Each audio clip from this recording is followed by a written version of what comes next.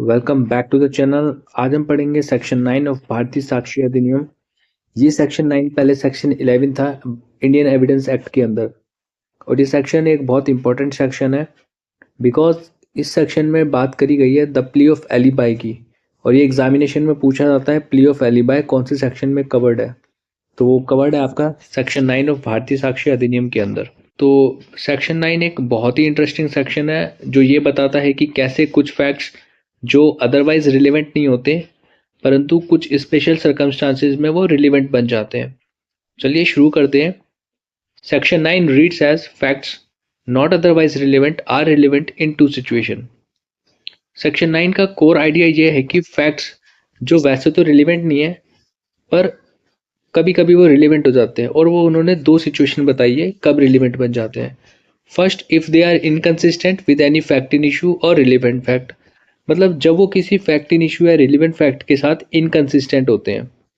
Inconsistent को हम आगे समझेंगे और डीपली क्या होता है।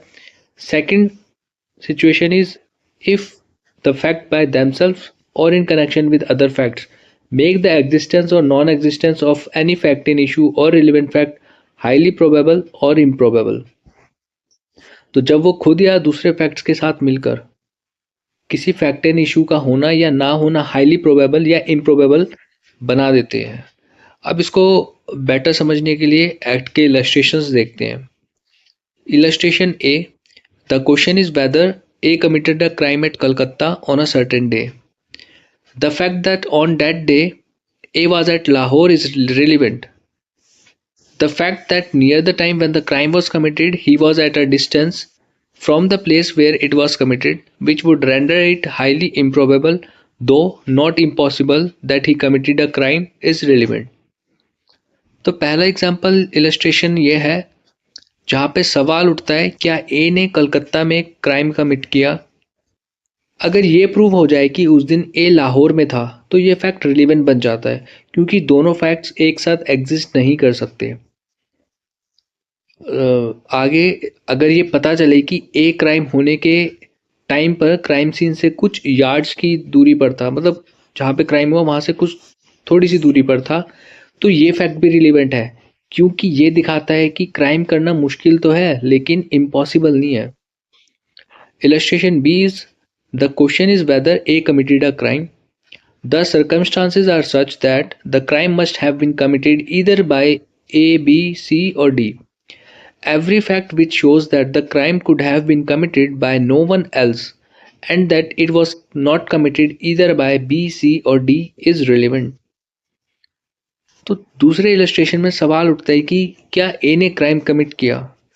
जो सर्कमस्टांसेस हैं वो कहते हैं कि क्राइम सिर्फ या तो ए कर सकता है या बी या सी या डी, इनमें से ही किसी एक ने किया है, और ये प्रूव हो जाता है कि क्राइम बी, सी और डी ने नहीं कर रखा है। तो ये इनडायरेक्टली दिखाता है कि क्राइम किसने किया होगा, कि क्राइम ए ने किया होगा। तो हर फैक्ट जो ये प्रूव करे कि किसी और ने नहीं किया, ये फैक्ट भी रिलेवेंट हो जाता है। अब हम बात करते हैं क्लॉज 1 की, जो बात उन फैक्ट्स की कर रहा था जो इनकंसिस्टेंट थे फैक्ट इन इशू के साथ। तो ये बहुत सिंपल है, अगर दो फैक्ट को एग्जिस्ट नहीं कर सकते तो वो इनकंसिस्टेंट होते हैं। एग्जाम्पल से समझते हैं। अगर ए पे इल्ज़ाम है कि उसने कलकत्ता में क्राइम किया और ए प्रूव करे कि उस दिन वो लाहौर में था, तो ये दोनों फैक्ट एक साथ एग्जिस्ट नहीं कर सकते, इसलिए लाहौर वाला फैक्ट रिलेवेंट है। एक और एग्जांपल लेते हैं।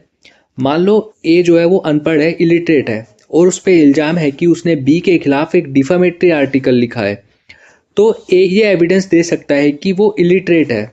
ये फैक्ट रिलेवेंट बन जाता है क्योंकि इलिटरेसी और आर्टिकल लिखना दोनों एक साथ एग्जिस्ट नहीं कर सकते। मतलब अगर इंसान अनपढ़ है तो वो आर्टिकल कैसे लिख सकता है, इसलिए ये दोनों फैक्ट इनकंसिस्टेंट हो जाते हैं। And there are generally 5 class of cases that arise for consideration under this clause. Inconsistent वाले क्लॉज में जनरली 5 तरीके के केसेस अराइज होते हैं। सबसे पहला जो है वो एलिबाई का है। इसका मतलब है अगर एक इंसान उस जगह पर नहीं था जहां पर क्राइम हुआ तो ये एलिबाई का प्ली है। एलिबाई का मतलब होता है एल्सवेयर, मतलब जहां पर क्राइम हुआ है एक्यूज वहां पर था ही नहीं, वो कहीं और था। Second, non access of husband, जब हस्बैंड प्रूव करता है कि वो अपनी वाइफ के पास था ही नहीं जब बच्चा कंसीव हुआ। इसका मतलब क्या हुआ, जब हस्बैंड अपनी बीवी के साथ था ही नहीं तो वो बच्चा किसी और का है। तो इससे ये प्रूव होता है कि जो बच्चा हुआ है वो हस्बैंड का नहीं है, वो किसी और के साथ संबंध बनाने की वजह से कंसीव हुआ है। Third, survival of the deceased. अगर डिसीज्ड के जिंदा होने का प्रूफ मिल जाए क्राइम के बाद, ये प्रूव हो गया था कि ए की डेथ हो चुकी है बट ए को जिंदा देखा गया दिल्ली में घूमते हुए, तो ये फैक्ट इनकंसिस्टेंट है। ए या तो जिंदा हो सकता है या उसकी मृत्यु हो गई होगी। Fourth is crime by third person.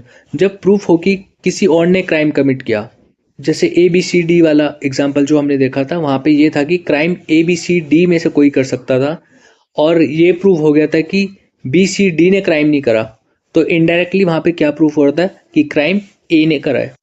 By third person मतलब किसी और ने ही क्राइम करा है, जिस पे एक्यूजिशन है, जिस पे आरोप लगे हुए हैं, उसके अलावा किसी और पर्सन ने क्राइम कमिट करा है। Fifth clause is self इन्फ्लिक्शन of harm. जब ये दिखाया जाए कि इंजरी या डेथ सेल्फ इन्फ्लिक्टेड थी, मतलब इंसान ने खुद को हार्म कर रखा था या खुद को कोई इंजरी पहुंचाई है, वो केस भी इसी क्लॉज के अंदर कवर हो जाता है, जैसे सुसाइड के केस में। अब हम बात करते हैं सेकंड क्लॉज की, जहां पे था making existence highly probable or improbable. ये फैक्ट्स के बारे में है जो किसी फैक्ट इन इशू का होना या ना होना हाईली प्रोबेबल या हाईली इम्प्रोबेबल बनाते हैं। फॉर एग्जाम्पल, अगर इलेक्शन के केस में कहीं पे इलेक्शन हो रहे हैं और ये प्रूव हो कि वोटर्स को ले जाने वाले ट्रक ड्राइवर जो है वो पहले से कन्विक्टेड लोग हैं, तो ये अनफेयर प्रैक्टिसेस को हाईलाइट कर सकता है। या फिर किसी FIR से कोई ज़रूरी बात मिसिंग है जो केस को सीरियसली इम्पैक्ट करती हो, तो ये फैक्ट भी रिलेवेंट हो जाता है क्लॉज 2 के अंदर। तो कंक्लूजन ये है, आज हमने समझा कि सेक्शन 9 कैसे उन फैक्ट्स को रिलेवेंट बनाता है जो पहले इररिलेवेंट लगते हैं। ये एक पावरफुल टूल है जो कोर्ट रूम में एजम्पशंस को चैलेंज करने और हिडन ट्रूथ्स को रिवील करने का काम आता है। इस सेक्शन पे जो अधिकतर क्वेश्चन पूछा जाता है वो प्ली ऑफ एलिबाई के ऊपर पूछा जाता है। प्री में भी एंड इवन मेंस में भी पूछा जा सकता है। So thank you so much.